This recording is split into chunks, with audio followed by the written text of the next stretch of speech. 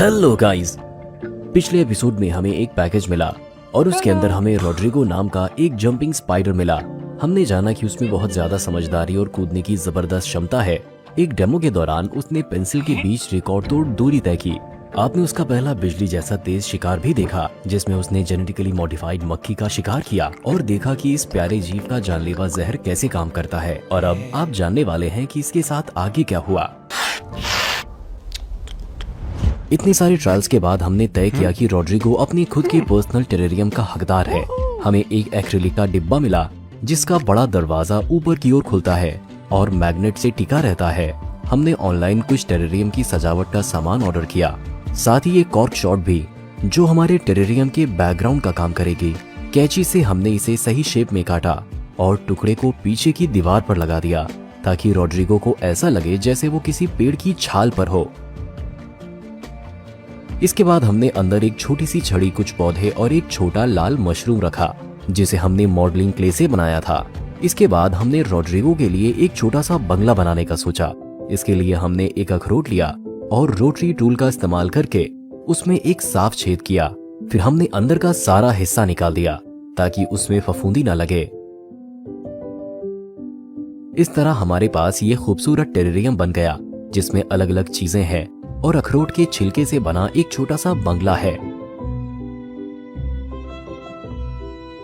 अब रॉड्रिगो के अपने नए घर में जाने का वक्त था। चलो छोटे दोस्त, डरो मत। और कुछ सेकंड बाद हमारी उंगली पर एक सेफ्टी लाइन बनाने के बाद वो अपनी नई जगह पर चला गया। पहले तो वो थोड़ा डर गया और पौधों के बीच छिप गया। चिंता मत करो, ये तुम्हारा घर है और यहाँ कोई और नहीं है। कुछ मिनट बाद वो हरियाली से बाहर आया और अपने नए माहौल को देखने लगा। हमें सच में उम्मीद थी कि वो अखरोट में बस जाएगा, लेकिन जाहिर है वो टेरेरियम के अंदर एक सुनसान जगह ढूंढकर अपना खुद का जाले वाला घर बनाना चाहता था। और फिर रॉड्रिगो हमारी तरफ मुड़ा और सोफे को घूरने लगा।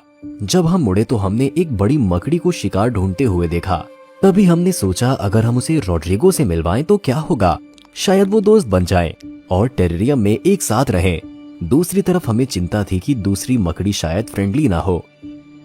उसके पैरों के फैलाव को देखकर वो रॉड्रिगो से बहुत बड़ी थी।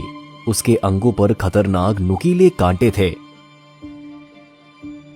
उसके बड़े बड़े नुकीले दांत भी थे और 6 आंखें थी। हालांकि रॉड्रिगो जितनी बड़ी नहीं थी। ये बहुत दुख की बात होती अगर उस मकड़ी ने हमारी मकड़ी को खा लिया, क्योंकि फिल्मिंग वहीं खत्म हो जाती। फिर भी हमने रिस्क लेने का फैसला किया। जरा देखिए तो क्या हुआ। रॉड्रिगो प्लास्टिक के कप की दीवार के पास दूसरी मकड़ी को देखता है और उसके करीब जाता है। उसे समझ आ जाता है कि कप में छेद ऊपर की तरफ है और वो तुरंत प्लास्टिक के जरिए बिना दूसरी मकड़ी को कांटेक्ट करने की कोशिश किए वहीं चढ़ जाता है। रॉड्रिगो कप के अंदर जाता है और दूसरी मकड़ी के पास पहुंचता है।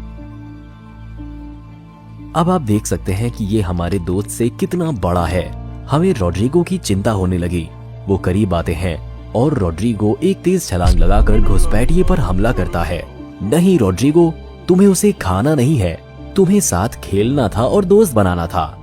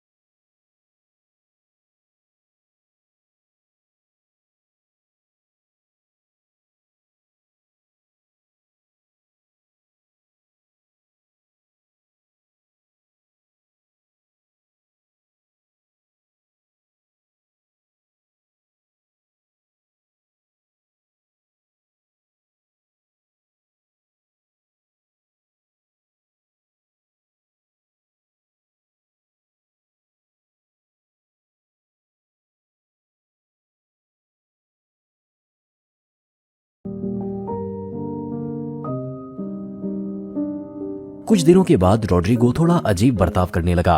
वो मुश्किल से हिलता था और जो मक्खी हमने टेरेरियम में छोड़ी थी उसमें उसे बिल्कुल भी दिलचस्पी नहीं थी। हमें लगा कि वो बीमार हो सकता है, लेकिन पता चला कि ये उसकी जिंदगी का एक खास पड़ाव था। वो टेरेरियम के कोने में चढ़ गया और अपने शरीर के पिछले हिस्से से अजीब हरकतें करने लगा।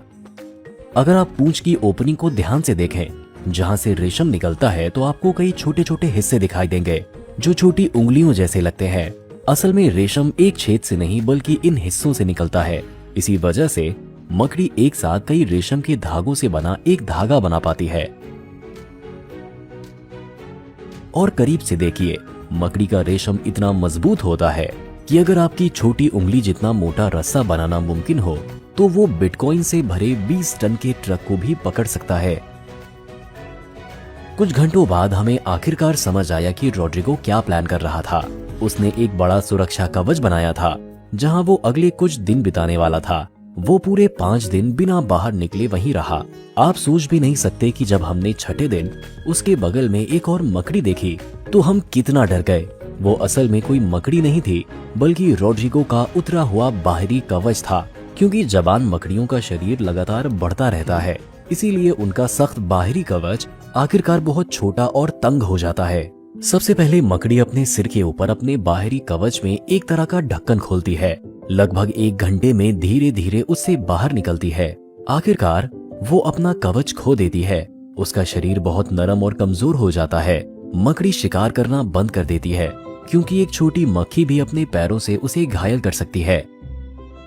अगले दिन रॉड्रिगो ने अपना पुराना बाहरी कवच बाहर निकाल दिया, इसीलिए अब हम इसे डिटेल में देख सकते हैं। बस इसे देखिए, ये कवच एक असली मकड़ी जैसा दिखता है, बस थोड़ा अलग अलग हिस्सों में है। उसका सिर शरीर से एक जार के ढक्कन की तरह अलग हो गया है। हम उसके 2 जहरीले नुकीले दांत साफ देख सकते हैं जिनका इस्तेमाल वो अपने शिकार को छेदने के लिए करता है। उनके बगल में हम 8 छेद देखते हैं जिनसे कभी उसके अंक बाहर निकलते थे। और यहाँ सिर का खोल है जिसे हम अभी अलग करने वाले हैं। देखिए ये कितना खूबसूरत है। ये एक मकड़ी के लिए बख्तरबंद हेलमेट जैसा है। आंखों के पारदर्शी लेंस भी इसमें लगे हुए हैं।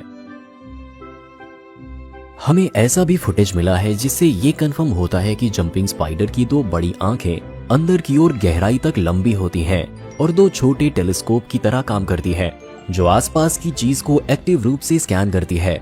और अब रॉड्रिगो एक असली टेस्ट का सामना करने वाला है जिसमें उसे 100 ड्रैगन लार्वा को हराना होगा। जरा देखिए तो, उनमें से एक पहले से ही लड़ने के लिए बेताब है, अपने खतरनाक पंजों को दिखा रहा है।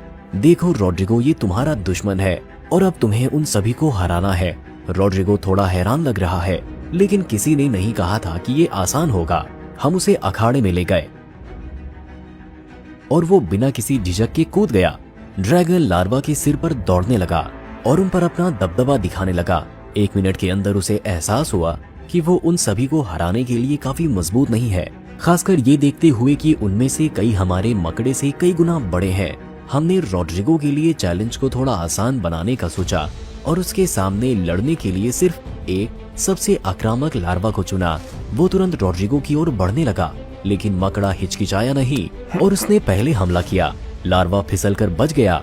रॉड्रिगो हार नहीं मानता और उसने दूसरा हमला किया, लेकिन एक बार फिर लार्वा अपने बड़े शरीर और सख्त कवच की वजह से बच गया, जिसे रॉड्रिगो काट नहीं पाया। फिर लार्वा सीधे मकड़े पर हमला करने लगा, वार करने की कोशिश करने लगा, लेकिन मकड़ा तेज है और उसकी गर्दन के पास हमला कर देता है। अब एक असली लड़ाई शुरू होती है। रॉड्रिगो लार्वा की गर्दन को कसकर पकड़ लेता है, अपना जहर डालने की कोशिश करता है, जबकि लार्वा अपनी पूंछ से जोरदार वार करता है और खुद को छुड़ाने की कोशिश करता है। स्लो मोशन में हम देख सकते हैं कि रॉड्रिगो वार से बचने की कोशिश कर रहा है, लेकिन लार्वा इतना मजबूत है कि वो अपने पैरों पर खड़ा नहीं रह पाता। हमें डर था कि मकड़ी को इतनी जोरदार मार से चोट लग सकती है या वो मर भी सकता है, क्योंकि उसका बाहरी कवच शायद अभी पूरी तरह से सख्त नहीं हुआ है। उसने पूरी ताकत से लार्वा को पकड़े रहने की कोशिश की और उसे बेजान करने के लिए जितना हो सके उतना जहर डालने की कोशिश की। कुछ मिनटों के बाद जहर का असर होने लगा और ड्रैगन का लार्वा हार मान गया। बहुत बढ़िया रॉड्रिगो, तुम जीत गए। ये हमारे मकड़े से कहीं ज्यादा बड़े दुश्मन के खिलाफ एक मुश्किल लड़ाई थी, लेकिन अपनी फुर्ती, ताकत और समझदारी की वजह से रॉड्रिगो जीत हासिल करने में कामयाब रहा। अब वो अपने शिकार का मजा ले सकता है और अपनी केंचुली उतारने के बाद अपनी ताकत वापस पा सकता है। खासकर इसलिए क्योंकि उसने लगभग 2 हफ्तों से कुछ नहीं खाया था। लार्वा का कवच इतना सख्त था कि रॉड्रिगो ने उसे चबाने की कोशिश भी नहीं की। इसके बजाय उसने गर्दन में बनाए गए एक छेद से उसके अंदर का सारा हिस्सा चूस लिया और पीछे सिर्फ एक खाली खोल छोड़ दिया। हमें सच में बसंत का इंतजार है, जब हम और रॉड्रिगो एक असली जंगल में जा पाएंगे और देख पाएंगे कि क्या वो असली जंगली शिकार को ढूंढकर उसे हरा पाता है। और अगर इस वीडियो पर 3 से ज्यादा लाइक मिलते हैं तो हम पक्का रॉड्रिगो मकड़ी के बारे में तीसरा एपिसोड बनाएंगे।